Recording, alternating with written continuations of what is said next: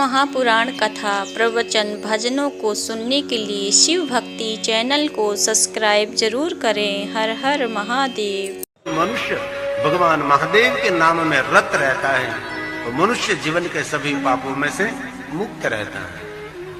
इसलिए निरंतर जीवा पर भगवान का नाम रहना चाहिए। जीवाग्रे वर्तते तस्य सफलम जीवितम, उसका जन्म लेना सफल हो जाएगा जो मनुष्य भगवान शिव जी का भजन करेंगे। और बहुत सुंदर बात है कि जिनके अपने हृदय में भगवान शिव का नाम स्थित हो गया, चाहे शिव हो, महादेव हो, पंचाक्षर मंत्र ओम नमः शिवाय हो, जिसने अपने हृदय में इस मंत्र को धारण कर लिया उसे बहु मंत्रों और बहु शास्त्रों का विस्तार करने की कोई आवश्यकता ही नहीं रहती। बहु मंत्रों का आश्रय करने का कोई आवश्यकता नहीं रहती। जिनके हृदय में मंत्र स्थित हो गया, जिनके हृदय में भगवान शिव का नाम स्थित हो गया, उसके लिए कोई शास्त्र का विस्तार करना आवश्यक नहीं। हमारे हृदय में नहीं है शिव का नाम, हमारे हृदय में हमारा संसार है, हमारा परिवार है। हमारे हृदय में भगवान शिव का नाम स्थित नहीं हुआ, इसलिए तो प्रयास करना पड़ता है ना भगवान को याद करने के लिए। और बहुत सारे ऐसे परमात्मा के भक्त होते हैं बिन प्रयास परमात्मा को याद करते रहते, कोई प्रयास नहीं करना पड़ता। हम सबको प्रयास करके भगवान को याद करना पड़ता है। इसीलिए कहा जिनके हृदय में भगवान शिव का नाम स्थित हो गया उनके लिए कोई शास्त्र का विस्तार करने की आवश्यकता नहीं रहती, अन्य मंत्रों का आश्रय करने की आवश्यकता नहीं रहती।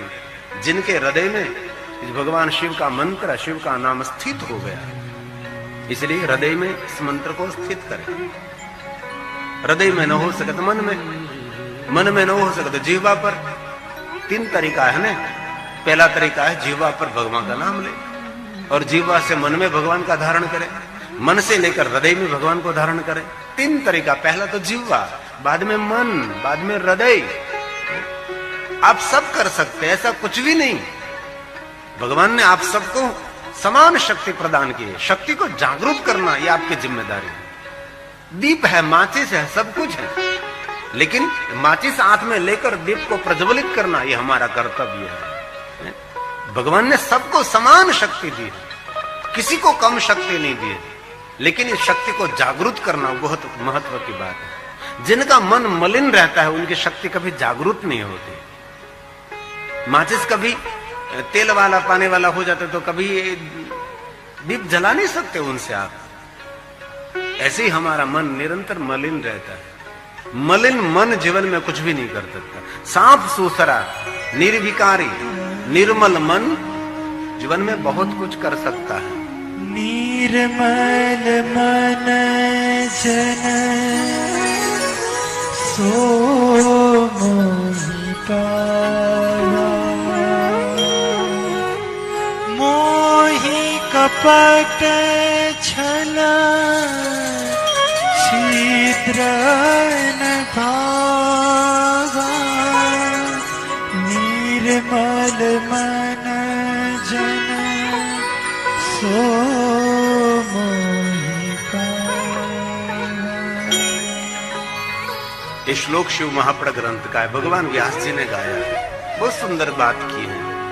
जिह्वा पर भगवान का नाम धारण करें, जिह्वा पर न हो सके तो मन में भगवान का नाम धारण करें और धीरे धीरे हृदय में भगवान शिव जी का नाम धारण करें।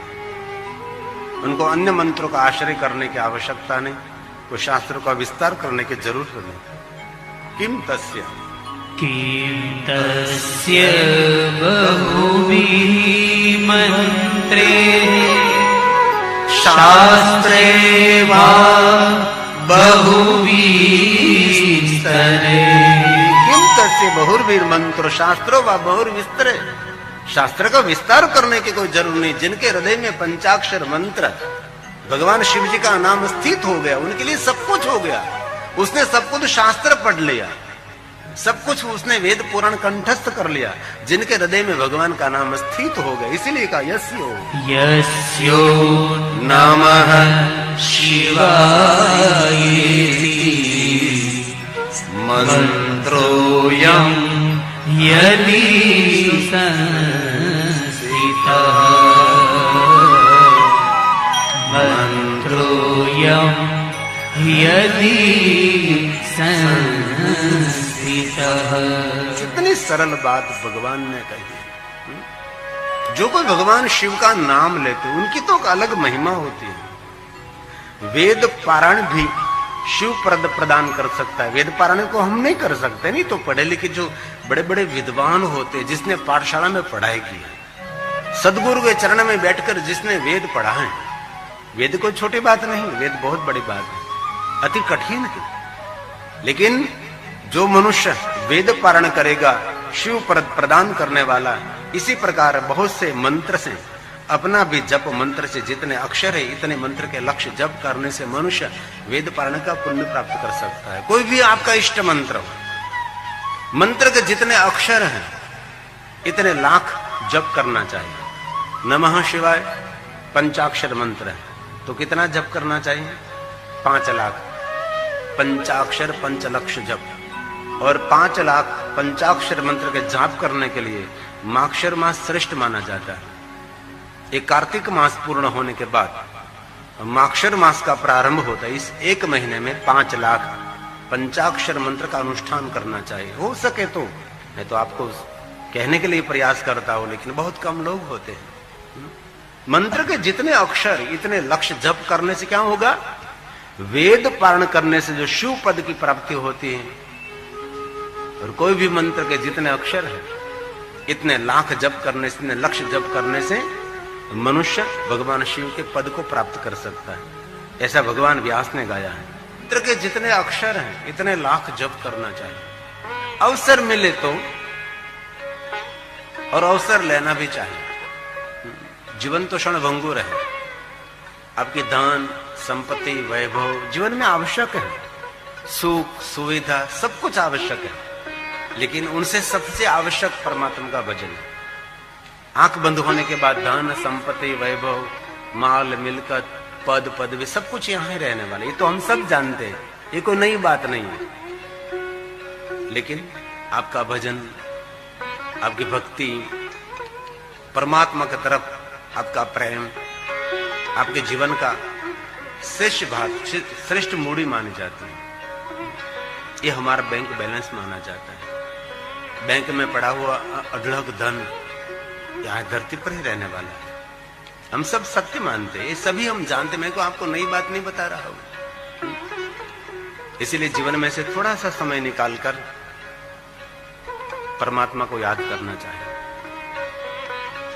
आत्मघाती किसको कहा जाता है?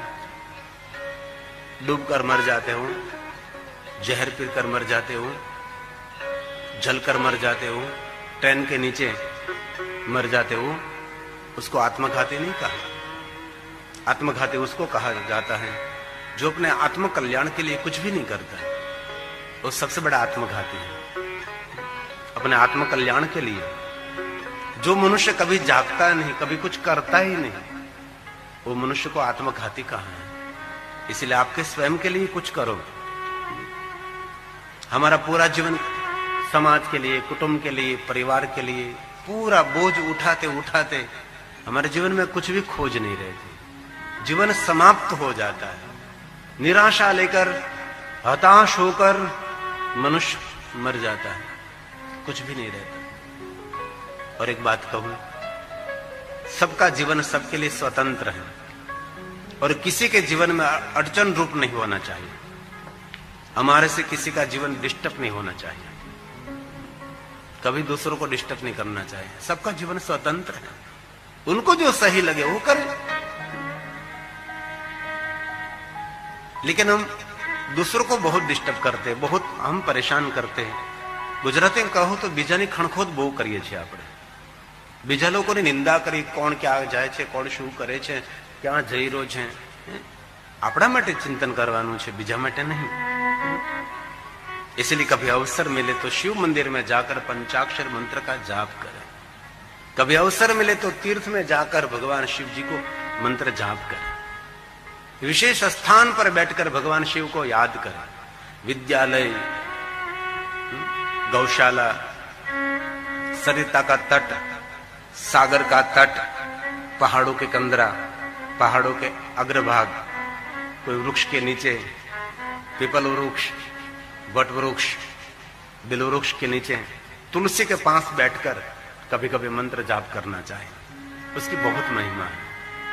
शिव महापुराण ग्रंथ में भगवान व्यास ने कहा है, कोई भी मंत्र का जाप शिव मंदिर में जाकर करे, बिलवृक्ष के नीचे बैठकर करे, कोई ग्रंथ का पाठ बिलवृक्ष के नीचे बैठकर करें, शिवालय में जाकर करें, अनंत गुना फल मिलता है। उनके जीवन में बहुत कुछ कामना मनोकामना पूर्ण होगी। इसलिए जीवन में से थोड़ा समय निकालो अपने आत्म कल्याण के लिए। और दुनिया में सबके पास 24 घंटे ही हैं, 25वां घंटा किसी के पास नहीं है भाई।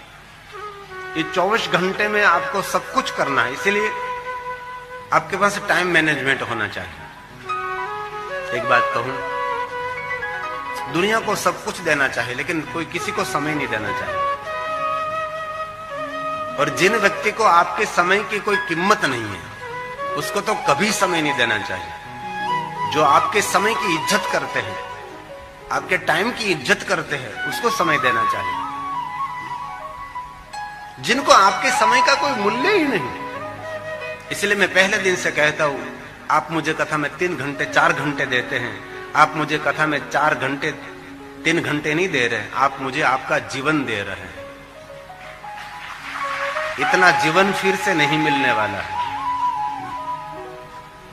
आपका जीवन हमको दे रहे हैं। और जिनको बहुत बड़ी क्रांति करनी है, उसको जिन क्षेत्र में आप इस क्षेत्र में समय देना चाहिए। घर में बहुत समय देने से आपके कभी तरक्की नहीं होगी।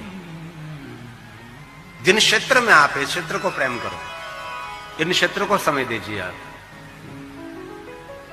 गुजराती में कहेवत है, जूनी कहेवत है, बहनों बुरा न माने, नारी बाहर न शोभे, पुरुष घરમાં ન શોભે। જે નારી વધારે પડતી બહાર રહે છે એ નારીનો પતન થવાનો ભય રહે છે। જે પુરુષ વધારે વધારે ઘરમાં પડ્યો રહે છે એ પુરુષની પ્રગતિ નથી થતી। घर बार परिवार छोड़कर बहुत सारा पुरुषार्थ, बहुत सारी मेहनत करनी पड़ती है। नारी बाहर न शोभे, पुरुष घर में न शोभे। इसलिए तरक्की करे तो जीवन में और कुछ करे। बाकी रहा शेष जीवन, हमारे जीवन में विशेष होना चाहिए, उसको कहते हैं जीवन। समय को जीवन कहा जाता है और किसी को जीवन थोड़ा कहा जाता है। इसलिए कभी अवसर मिले तो शिवालय में जाकर, बिलवृक्ष के नीचे बैठकर, और कोई तीर्थ में जाकर, वट वृक्ष के नीचे बैठकर, पीपल वृक्ष के नीचे बैठकर, तुलसी के पास बैठकर, सागर के तट पर, सरिता के तट पर, सरोवर के तट पर बैठकर कभी मंत्र जाप कर। ऐसा भगवान व्यास जी ने कहा है। सुनिए, श्लोक भगवान व्यास का है, प्रथम संहिता का है, शिवालय। शिवालये बिल्ववने, शिवालय बिल्व बने। शिवालय अथवा बिल्व वन, बिल्व का कोई जंगल हो। कभी कभी घनघोर जंगल में भी रहना चाहिए, पहाड़ों के कंदरा में कभी अकेले रहना चाहिए। ज्ञानी और विद्वान के लिए अकेला रहना उपवन है, अज्ञानियों के लिए अकेला रहना वो मृत्यु समान है। अज्ञानी मनुष्य कभी अकेला नहीं रह सकता और ज्ञानी मनुष्य को एकांत बहुत प्रिय रहता है। अकेलापन उनको बहुत कुछ लगता है, क्योंकि अकेलेपन में बहुत कुछ आप शोध कर सकते, बहुत कुछ चिंतन कर सकते, आप मनन कर सकते। इसलिए कभी कभी एकांतवास भी करना चाहिए। और देख, दूसरी बात, आपके स्वयं का काम आप करो।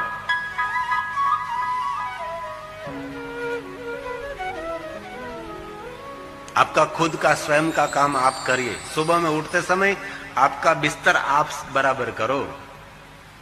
घर की बहन बेटी करे ऐसा नहीं, आपको भी भगवान ने 2 हाथ दिए हैं। अपना स्वयं का काम आपको करना चाहिए। और बहनों को तो मेरी विनंती है, 7 दिन में 1 दिन आपके घर के पुरुषों को रसोई घर देना चाहिए। उसको पता लगे कितना कठिन है रसोई घर संभालना। सुबह में, दोपहर, शाम, 3 समय हम खाते हैं। उसको पता लगे कि रसोई घर संभालना ऑफिस से भी ज्यादा कठिन है। ऑफिस में तो कोई कागज खराब हो गया तो दूसरा कागज लिख सकते हैं, लेकिन ये रोटी रोटा खराब हो गया तो नुकसान हो सकता है।